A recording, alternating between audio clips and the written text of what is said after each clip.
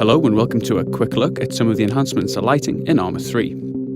Of course, lighting itself is quite a general topic, so what we'll do is pick out a few elements and identify some of our favourite improvements, kicking things off with the day-night cycle. Now, this alone isn't a new feature for the ArmA series, but it is worth mentioning that the progression of time can completely change the complexion of a scenario, and definitely, it's a big part of the sandbox potential of our games.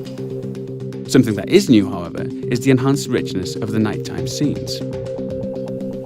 The improvement to the way the engine handles HDR has enabled us to overhaul the feeling of darkness in ArmA III. Vehicles particularly take on a whole new complexion, and the detailed ground surfaces really come into their own, cast in this kind of light. Now, these chem lights are one of my favourite new features. They offer a splash of colour to the night, illuminating and tinting the objects around them, as you can see on the barrel of this weapon as I move around using the new tactical pace, alluded to in an animations feature a few weeks back. So, if we take a look at the same scene, but now from a little further away, we can really begin to see the differences that the number of lights in a scene can make. The flashing lights there are from a chopper, and the sweeping beam is its searchlight.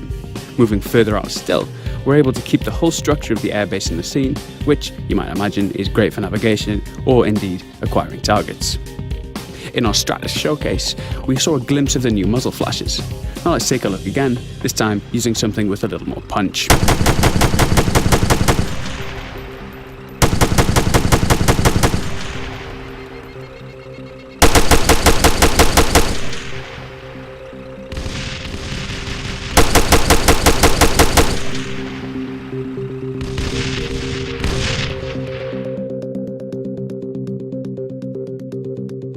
So, moving on.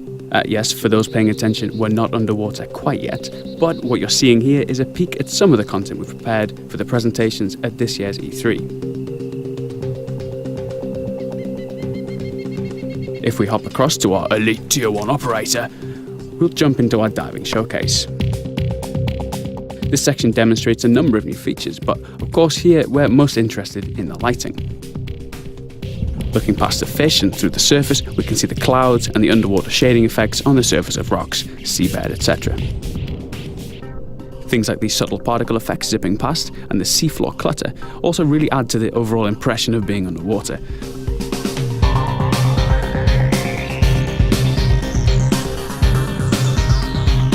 Okay, skipping ahead a little, we can spot some of the underwater mines, a wreck, a obligatory tuna fish, an SDV just to the left behind that rock, and of course some OP4 divers.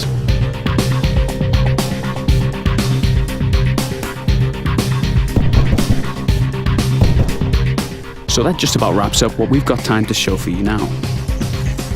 As always, thanks for joining us, and if you'd like to see us at E3, we'll have much more information about that posted next week. Bye for now.